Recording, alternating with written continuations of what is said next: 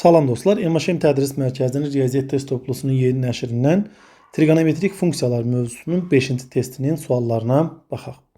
Birinci sualda belə bir ifadəni sadələşdirmək bizdən tələb olunur. Gəlin biz birinci kəsiri yazıb onu sadələşdirməyə çalışaq. Daha sonra ikinci kəsiri sadələşdirərik. Deməli, nə edək? Birinci, baxırıq ki, burada sinus x çıxaq 45-dir. Sürətdə isə kosinus x plus 45 dərəcədir. Biz sürətdəki kosinusu sinusa çevirmək istəyirik.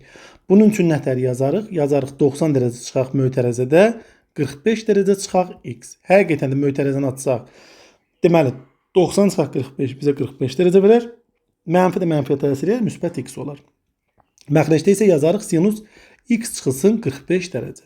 Beləliklə kosinus 90-da adını dəyişir. 90 çıxaq 45 çıxaq x-i bir alfa kimi qəbul etsək, 90 çıxaq alfa birinci rübün bucağıdır.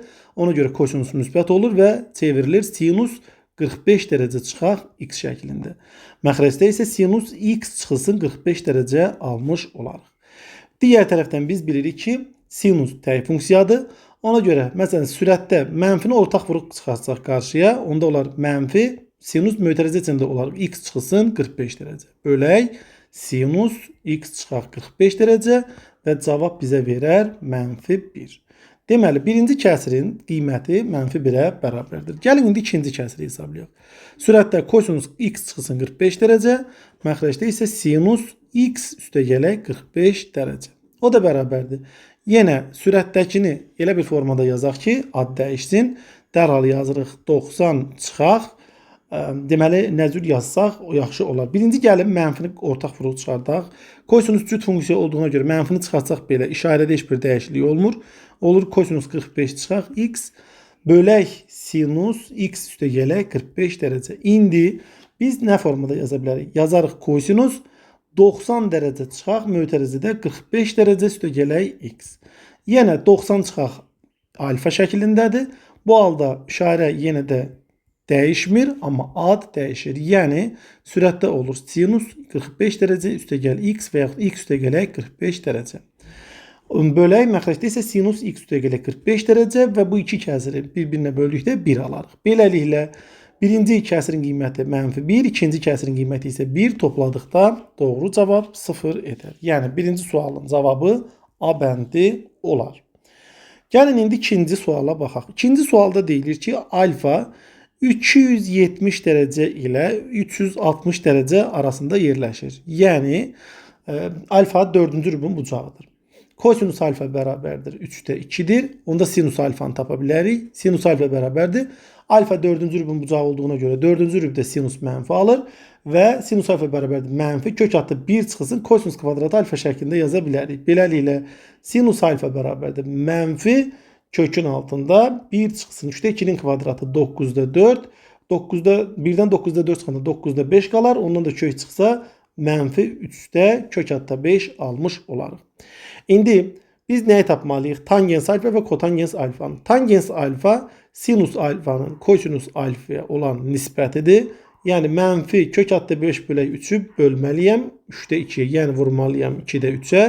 3-lər ixtisar yedirsə qalır mənfi 2-də kök altda 5. Kotangens alfa isə tangens alfanın tərsi olduğuna görə kotangens alfa bərabərdir mənfi kök altda 5-də 2 almış olarıq. İndi bu kəsiri sadələşdirmək lazımdır. Sürətdə mənfi 5 kök altda 5 bölünsün 2, məxrəcdə isə kotangens alfa yerdə mənfi 2 bölünsün kök altda 5 çıxaq. Sinus alfanın da yerinə nə yazmalıyıq? Mənfi kök altda 5 bölək 3, mənfi də mənfini müsbət eləyər və olar 3-də kök altda 5. Beləliklə, ortaq məxrəc nədir? Ortaq məxrəc 3 kök altında 5-dir. Sürətdə olur mənfi 6 üstə gələk 5. Deməli, kəsirin sürətində isə mənfi 2-də kök altda 5 almış olarıq. Beləliklə, mənfi 2-də kök altda 5-i bölməliyik kəsirin məxrəcinə. Bölmək nə deməkdir? Tərsinə çevirib vururuq. Yəni, 3 kök altda 5 kəsirin sürətində olur. Məxrəcində isə nə almış olarıq? Məxrəcində isə mənfi 1 almış olarıq. Mənfi ilə mənfi bir-birinə aparılır müsbət. Kök altda 5 kök altda 5-ə vuranda 5, 3 dəfə 5 15, yarısı isə 7,5 edir. Və doğru cavab olur E bəndi. Üçüncü suala baxaq. Üçüncü sualda deyilir ki, alfa, beta və teta bucaqlarının hər biri 3-cü rübün bucağıdır. Yəni pi ilə 3pi bölü 2 arasında yerləşir. Tangens alfa bərabərdir 2'də 1. Tangens beta bərabərdir 3'də 2 və tangens teta bərabərdir 4'də 3 olarsa aşağıdakı ifadələrdən hansı doğrudur? Burada bir qoyub yoxlaya bilərsiniz. Baxın, avtomatik deməli C bəndi ola bilməz. Məsələn, bucaqların hər ikisi alfa və beta bucağı üçüncü bucaq olduğuna görə bucaq sıfırdan kiçik ola bilməz. Sinus, kosinusu tapmaq da biraz qarışıqdır da. Yəni əslində qaysı tapmaq olar, amma biz E bəndinə bir diqqət yetirək. Hər birinin kotangensini müqayisə edirik. Kotangens bilirik ki, alfa tangens alfanın tərsidir, yəni 2'dir. Kotangens beta tangens betanın tərsidir, yəni 2'də 3'ə bərabərdir və kotangens teta da tangens tetanın tərsidir və 3'də 4'ə bərabər olar. Və E bəndinə diqqət yetirəndə görürük ki, həqiqətən də kotangens teta kotangens alfadan kiçikdir və doğru cavab burada olar E bəndi. Yəni doğru cavabımız E bəndi oldu. Dördüncü suala baxaq. Dördüncü sualda deyilir ki, x bərabərdir kosinus 34 pi bölək 3. Biz bunu əvvəlki testlərdə də buna bənzər bir sualları eləmişdik. Biz burada tam deməli dövrləri ayırmalıyıq. 34 pinin içində 3'ü tapsaq neçə dəfə düşər? 10 dənə 3, 10 dənə deməli 10 dənə yox, 15 dənə 2 pi düşər. Bu eləyər 30 pi. Üstə gəlib bir də qalar bizdə nə qədər? 4 pi bölək 3. Biz bilirik ki 15 dənə tam dövr deməkdir. Bunu atırıq. Kosinus 4 pi bölək 3'ü yazarıq. Pi üstə gəlib pi bölü 3. Bu da 3-cü rübə düşdüyünə görə ad dəyişmir, amma işarə dəyişir. Olur mənfi kosinus pi bölü 3. Bu da bizə mənfi 2'də 1 vermiş olar. Deməli, birinci misalın cavabı x'in qiyməti mənfi 2'də 1'ə bərabərdir. İndi gəlin y-i hesablayaq. Y bərabərdir sinus 50 pi bölünsün 3. Biz bunu bu şəkildə yaza bilərik. Sinus 16 dənə deməli 16 pi üstə gələk 2 pi bölək 3 şəklində. Baxın, 16 pi tam dövrdür. Yəni 2 pinin 8 qatıdır. Bunu nəzərdən atsaq, sinus 2 pi bölək 3 qalar. Onu da pi çıxılsın pi bölək 3 şəklində yazsaq, ikinci rübdə sinus adını dəyişmir, işarəsində dəyişmir. Yerdə qalır sinus pi bölək 3. O da bizə verir kök atı 3 bölünsün 2. Və sonda gəlin z hesablayaq. Z də bərabərdir kosinus 19 pi bölək 3. O da bərabərdir kosinus 6 pi üstə gəl, bir dənə də pi böl 3. 6 pi deməli 2 pinin 3 qatıdır. Ona görə atırıq onu. Yerdə qaldı kosinus pi bölünsün 3. O da bizə verir 2'də 1. Müqayisə parası olsaq, baxırıq ki, y bunların içərisində ən böyükdür. Y böyükdür z-dən, o da böyükdür x-dən və yaxud x kiçikdir. Deməli x kiçikdir z-dən, o da kiçikdir y-dən. Yəni doğru cavab olar B bəndi. İndi 5-ci suala baxaq. 5-ci sualda deyilir ki, verilmiş bu funksiyanın əsas dövrünü tapın. Deməli, əgər bizim funksiyamız y bərabərdir 3 üstə gələk 2 sinus kubu 4x çıxılsın 3'dür. Biz burada bu 3, 2 sabitlərinə baxmırıq. Bunlar bizə lazım deyil. Biz baxırıq sinus üstü 3, 4x minus 3. Baxın, əgər bizdə y bərabər ya da ki jx bərabərdir. Jx bərabərdir. Sinus üzəri 2n plus 1 x şəklində bir funksiya verilirsə də, yəni sinusun tək qüvvətidirsə, bu halda onun ən kiçik müsbət dövrü 2 pi-yə bərabərdir. Əgər burada k varsa da, yəni kx plus b şəklindədirsə, bu halda əsas dövrü 2 pi bölünsün modulda k şəklində hesablanır. İndi burada baxırıq ki, dərəcə təkdir və k-nın qiyməti də müsbət 4'ə bərabərdir. Beləliklə 2 pi bölünsün 4, oradan da pi bölünsün 2 almış olarıq. Yəni doğru cavab olar E bəndi. 6-cı suala baxaq. 6-cı sualda deyilir ki, kotangens x bərabərdir 0,5. Dərhal deyirik ki, onda tangens x bizdə 2'dir. Gəlin indi bir hesablama aparaq. Baxın, sürətlə 1, indi kotangens pi bölü 2 üstə gələ x. Pi bölü 2'də adını dəyişir. Olur tangens x. İkinci rübə düşdüyünə görə də olur mənfi. Yəni 1 çıxaq tangens x. Sonra məxrəcdə kosinus deməli x çıxaq 3 pi bölü 2'dir. Biz əgər onların yerini dəyişsək qabağa bir mənfi çıxmalıydı. Amma kosinus cüt funksiya olduğuna görə o mənfinin heç bir əhəmiyyəti olmur. Yəni bunu biz 3 pi bölü 2 çıxılsın x şəklində yaza bilərik. Vuraq sinus digərində pi çıxılsın x şəklində yazmalıyıq. Beləliklə burada olur 1 çıxaq tangens x bölək. Deməli kosinus 3 bölü 2 çıxaq x-də ad dəyişir. həm də işarə dəyişir, olur mənfi sinus x. Sinus pi minus x-də də ad dəyişmir, işarə də dəyişmir, olur sinus x. Beləliklə biz alırıq 1 çıxılsın tangens x bölünsün. 1 çıxılsın, daha doğrusu başlayayım. 1 yenə başlayayım. Eləcə mənfi sinus kvadratı x. O da bərabərdir. Baxın, mənfini də sürətə versək, məxrəcdə olar müsbət sinus kvadratı x, sürətdə isə olar tangens x çıxılsın 1. Bəs sinus kvadratı x bizdə nəyə bərabərdir? O da bizdə 1 üstə gələk, daha doğrusu 1 bölünsün, 1 üstə gələk kotangens kvadratı x-dir. Beləliklə, tangens x çıxılsın 1 vurulur, 1 üstə gələk kotangens kvadratı x-ə. O da bərabərdir. Tangens x-in qiyməti bizdə 2-dir. 2 çıxaq 1 vurulsun, 1 üstə gələk. 2-də 1-in də kvadratı eləyir 4-də 1. O da eləyir 1 tam %25. Yəni doğru cavab olar D bəndi.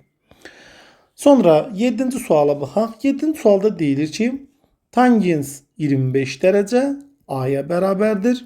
Onda bu ifadənin qiymətini A ilə ifadə edin. Deməli yazırıq 1 üstə gələk. Tangens 155 dərəcəni birbaşa yazaram. 125 çıxaq, 180 dərəcə çıxaq 25 dərəcə. Məxrəcdə isə 1 çıxaq. Tangens 65 dərəcəni yazaram. 90 dərəcə çıxaq 25 dərəcə. Yəni çevirmə düsturlarının tətbiqinə gətirirəm. Beləliklə tangens 180 çıxaq alfa ikinci rübdə mənfi tangens alfa verirdi. Yəni 1 çıxılsın tangens 25 dərəcə. Məxrəcdə isə 1 çıxılsın kotangens 25 dərəcə almış olarıq. Yəni 1 çıxaq A bölünsün. 1 çıxaq tangens 25 dərəcə A-ya bərabərdirsə, kotangens 25 dərəcə 1 bölünsün A-ya bərabərdir. 1 bölünsün A. Beləliklə A-da A minus 1, 1 minus A, o da bərabərdir mənfi A. Deməli, bu ifadənin qiyməti mənfi A-ya bərabərdir. 8-ci sual yenə də bir çevirmə düsturudur. Deməli, sinus mənfi alfa, sinus tək funksiya olduğuna görə olur mənfi sinus alfa. Kosinus pi üstə gələk alfa 3-cü rübə düşür və bizə verir mənfi kosinus alfa. Məxrəcdə 2 vurulsun sinus pi çıxaq alfa bizə verir sinus alfa. Üstə gələk sinus sürətdə 3 pi bölü 2 çıxaq alfa bizə verir kosinus alfa. Kosinus pi bölü 2 çıxaq alfa bizə verir sinus alfa. Və məxrəcdə olur mənfi 2 sinus alfa. Beləliklə biz ixtisarlara apara bilərik. Mənfi ilə mənfi olur müsbət. Sinus alfalar ixtisar gedir. Burada sinus alfalar yeni ixtisar gedir. Və biz belə bir... bağışlayın burada. Burada düzdür. Burada mən elə bildim ki, səhv elədim. Burada bizdə nə almış oluruq? Biz almış oluruq. Burada bu bizə verməlidir mənfi kosinus alfa bərabərdir. Mənfi də mənfinə aparır müsbət. Deməli, ortaq məxrəc 2-dir. Sürətdə kosinus alfa üstə gəlir kosinus alfa. Yəni 2 dənə kosinus alfa. 2'lər də ixtisar getsə qalar kosinus alfa və doğru cavab olar B bəndi.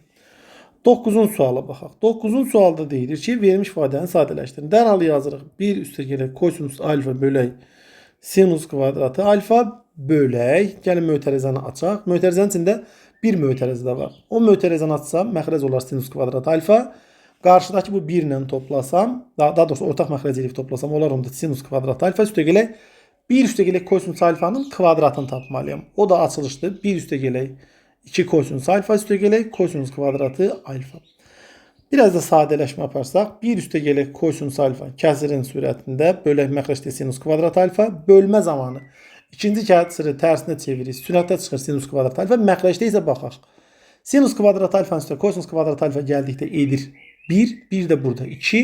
Yəni 2 üstə gələk 2 kosinus alfa. 2-ni də ortaq vurub çıxardığında 1 üstə gələk kosinus alfa. Beləliklə 1 üstə gələk kosinus alfalarda ixtisar getsə, sinus kvadratı alfalarda ixtisar getsə, biz doğru cavabı 2-də 1 almış olarıq.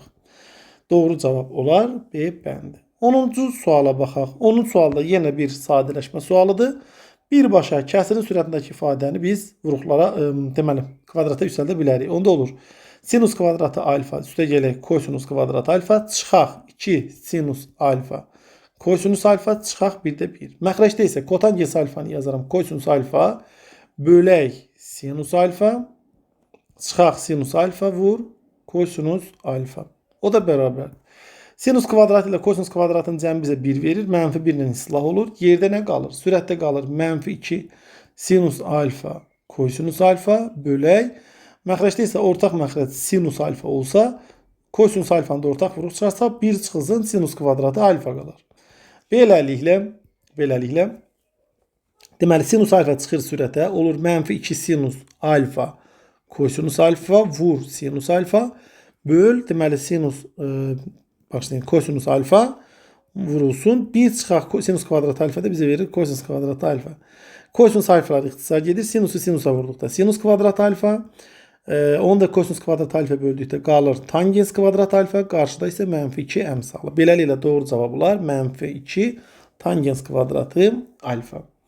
11-ci suala baxaq. 11-ci sualda deyilir ki, bu cəmin ən böyük qiymətini tapın. Deməli, arc sinus A üstə gələk arc kosinus A üstə gələk arc kotangens bağışlayın. Arc kotangens A cəmin ən böyük qiymətini tapın. Biz bildik ki, arc sinus A ilə arc kosinus A-nın cəmi pi bölünsün 2-yə bərabərdir. Arcdan deməli bu cəmin də ən böyük qiymətini tapmaq üçün, baxın. Burada arc kotangens pi bölək 4-də olmalıdır. Çünki deməli burada pi bölək deməli olsa bunların cəmi yenidir. Həmişə ki pi bölək 2 verir. Pi bölək 4-də də bu 1-ə bərabər olur. Düzdür? Beləliklə topladıqda bu qiyməti eləyir 3 pi bölünsün 4. Yəni doğru cavab olur D bəndi. Sonra 12-ci suala baxaq. 12-ci sualda bir ortaq məxrəc eləmə sualıdır. Ortaq məxrəc onların ikisinin hasilidir. Deməli, məxrəcdə olur kosinus alfa çıxaq sinus alfa. Kosinus alfa vura üstə gələk sinus alfa. Deməli, çarpa sürətdə dəyişirik. Birinci kəsirin sürətində sinus alfa üstə gələk kosinus alfa. İkinci kəsirə məxrəzinə vurulur, yəni özünə. Beləliklə sürətdə olur sinus alfa üstə gələk kosinus alfa mötərizə üstü kvadratı çıxaq. İkinci kəsirin sürətində isə olur kosinus alfa çıxaq sinus alfanın kvadratı. Beləliklə məxrəci biz vurub sadələşdirsək, olar kosinus kvadratı alfa çıxaq sinus kvadratı alfa. Sürətdə isə biz nə edə bilərik? Muxtəsər vurma düsturu vasitəsilə yaza bilərik. Bir dəfə sinus alfa üstə gələk kosinus alfanın üzərinə kosinus alfa çıxaq sinus alfa əlavə eləyərik. Bir də kosinus alfa üstə gələk sinus alfadan biz çıxmalıyıq kosinus alfa çıx sinus alfanın. Çıxma zamanında işarə əksinə dəyişir. Beləliklə gəlin sadələşmə aparaq. Birinci mötərizədə sinus alfalar, ikinci mötərizədə isə kosinus alfalar islah olsa, deməli birinci mötərizəsindən alırıq 2 kosinus alfa, ikinci mötərizədən isə alırıq 2 sinus alfa.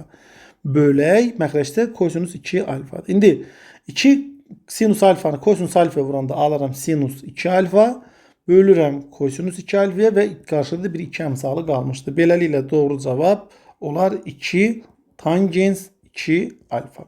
Və cavab A bəndi olar. Sonra 13-cü suala baxaq. 13-cü sualda deyilir ki, belə bir ifadə var, onu sadələşdirin. Gəlin biz kəsirin sürətini əvvəlcə hesablayaq ayrılıqda, sonra da məxrəcini hesablayaq, alınan cavabları bir-birinə biz bölərik. İndi burada nə etmək lazımdır? Burada biz uyğun qruplaşdırmaları aparmaqla cəmi hasilə keçməliyik. Mən baxıram ki, 3 alfanın üstünə 9 alfa gələndə 12 alfa eləyir, 5 alfa ilə də 7 alfa toplansa 12 alfa eləyir. Onda mən mötərizədə sinus 3 alfa üstə gələk sinus 9 alfanı bir toplayıram. Yəni bu ikisini bir cəmi hasilə keçirəm. İstifadə etməklə cəmlə hasilə keçirəm. Eyni qayda ilə sinus 5 alfa ilə sinus 7 alfanı da istifadə etməklə bir dəfə də cəmi hasilə keçirəm. Deməli, birincidən olur 2 sinus toplayıb yarıya bölürəm 6 alfa. Vuraq kosinus 9 alfadan 3 alfa çıxıb yarıya böləm olur 3 alfa. Üstə gələk eyni qayda ilə 2 sinus 6 alfa vuraq. Deməli kosinus 7 alfadan 5 alfa çıxıb yarıya böldükdə olur alfa. Və buradan da 2 sinus 6 alfanı ortaq vuruq çıxartsaq kosinus 3 alfa üstə gələk kosinus alfa almış olarıq. Bu bizim kəsirimizin sürəti. Gəlin indi məxrəci hesablayaq. Məxrəcdə yazırıq yenə birbaşa indi kosinus 3 alfa ilə kosinus 9 alfanı bir qruplaşdıraq. Üstə gələk kosinus 5 alfa ilə də kosinus 7 alfanı bir qruplaşdırıb və onları uyğun olaraq cəmi hasilə çevirək. Birincidən 2 vurulsun kosinus toplayıb yarıya bölürük 6 alfa. Sonra vuraq kosinus çıxıb yarıya bölürük 3 alfa. Eyni qayda ilə üstə gələk 2 kosinus 6 alfa kosinus alfa. Beləliklə 2 kosinus 6 alfanı ortaq vuruq çıxarsaq kosinus 3 alfa üstə gəl kosinus alfa almış olarıq. İndi biz uyğun olaraq sürəti məxrəcə bölməliyik. Yəni 2 sinus 6 alfa vuraq. Kosinus 3 alfa üstə gələk kosinus alfanı bölməliyik. 2 kosinus 6 alfa vuraq. Kosinus 3 alfa üstə gələk kosinus alfaya. Beləliklə 2'lər ixtisar getsə, mötərizələr də ixtisar getsə, sinus 6 alfanın kosinus 6 alfaya nisbəti bizə tangens 6 alfa verər ki, doğru cavab da C bəndidir. Sonra 14-cü suala baxaq. 14-cü sual şifahi bir sualdır. Deyir, verilmiş xassəti sıfırdan böyük olarsa, müsbət olarsa, alfa hansı qrupda yerləşir?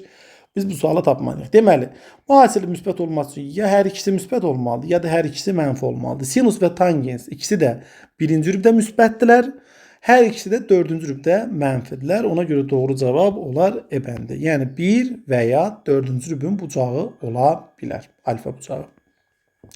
Sonra aşağıdakılardan hansı həmişə mənfidir?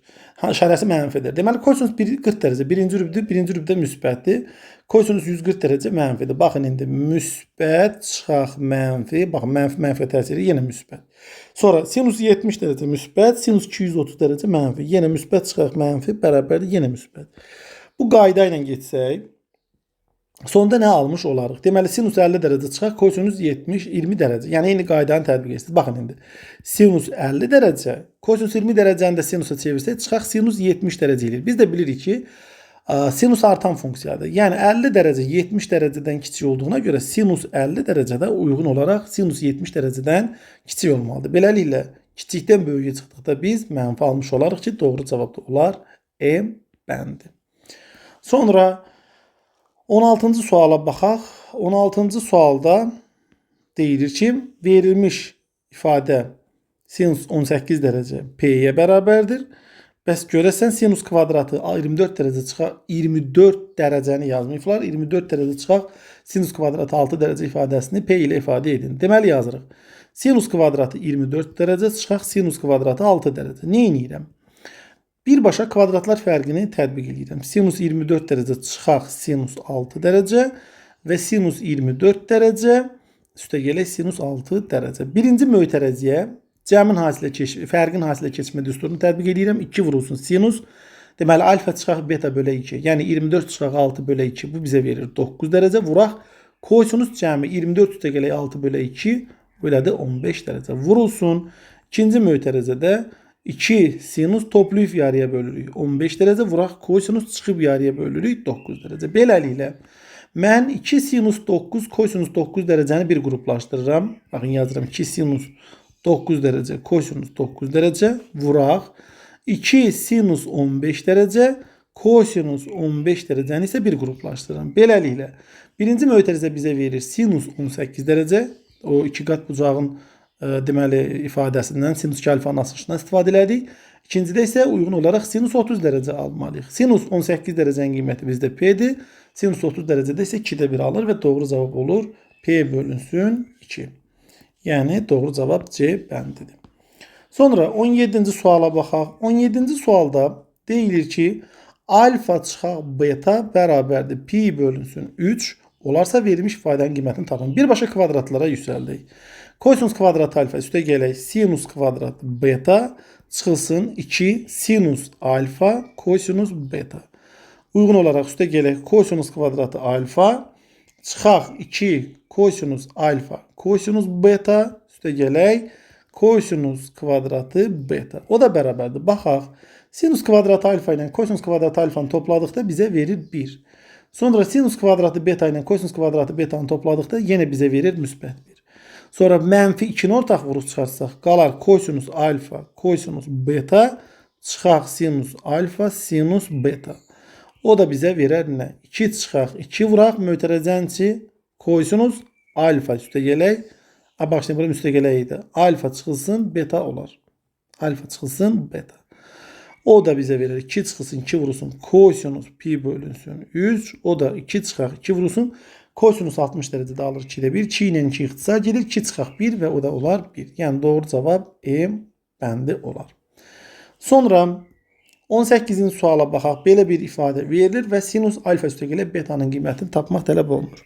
Baxın, sinus gəlin birinci alfa üstəgələ beta nəyə bərabərdir? Onu yazaq. Sinus alfa üstəgələ beta bərabərdir. Sinus alfa kosinus beta üstəgələ kosinus alfa sinus beta. Biz görürük ki, burada bu verilmiş ifadələrdəki sinus alfa və kosinus beta uyğun olaraq sinus beta ilə kosinus alfa yanaşı gəlməlidir. Bunun üçün nə edirik?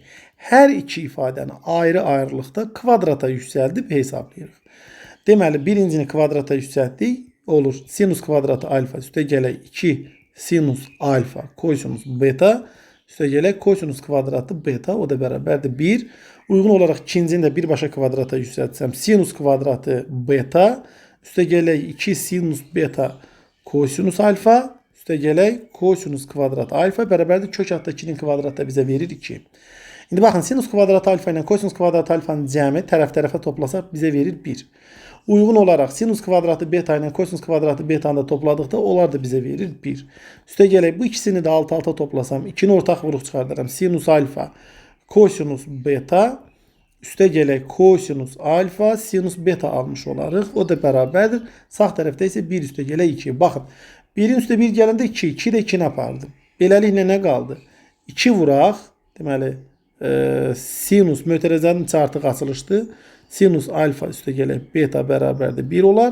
Buradan da sinus alfa üstəgələ beta bərabərdir 1 bölünsün 2. Yəni B bəndi almış olarıq. 19-cu suala baxaq. 19-cu sualda deyilir ki, 4A üstəgələk 3B bərabərdir 90 dərəcə olarsa verilmiş ifadəni sadələşdirin. Baxın, kəsirin sürətinə baxsaq, kəsirin sürəti görərik ki, 3A üstəgələk 2B-nin sinus 3A üstəgələk 2B-nin açılışıdır. Baxın, 3A'ya alfa deyin, 2B'ye de beta deyin. Sinus alfa kosinus beta üstəgələk kosinus alfa sinus beta. Yəni bu sinus alfa sinus beta'nın açılışıdır. Yəni sinus 3A üstəgələk 2B'nin açılışıdır.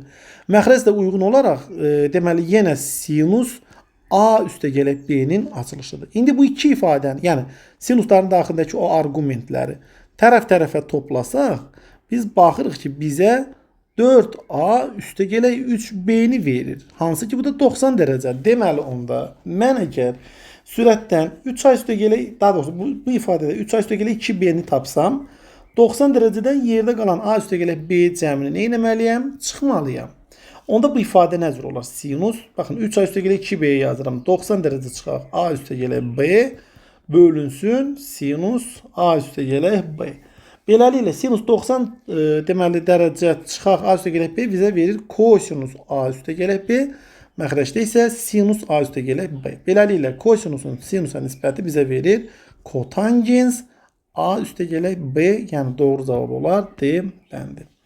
Və 20-ci suala baxaq. 20-ci sualda deyilir ki, bu ifadənin qiymətini tapın. Deməli, gəlin birbaşa ortaq məxrəc edək. Ortaq məxrəc nədir? Sinus 15 dərəcə vuraq, kosinus 15 dərəcədir. Sürətdə nə alırıq?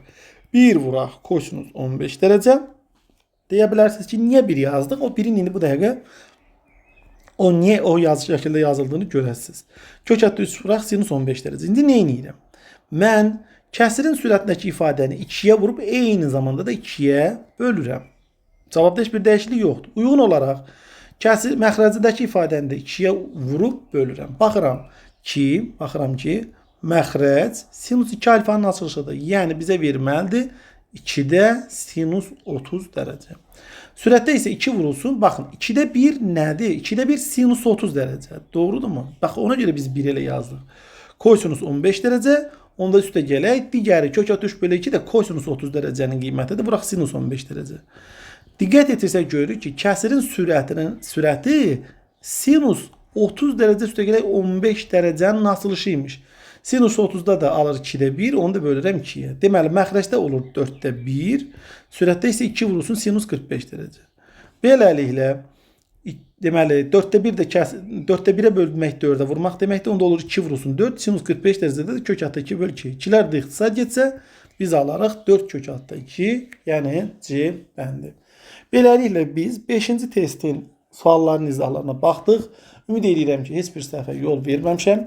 Əgər hər hansı bir səhvlə qarşılaşsaz, videonun şərh bölməsində qeyd edə bilərsiniz ki, digər izləyicilərdə deməli çaşqınlıq yaranmasın. Sağ olun, diqqətiniz üçün təşəkkürlər.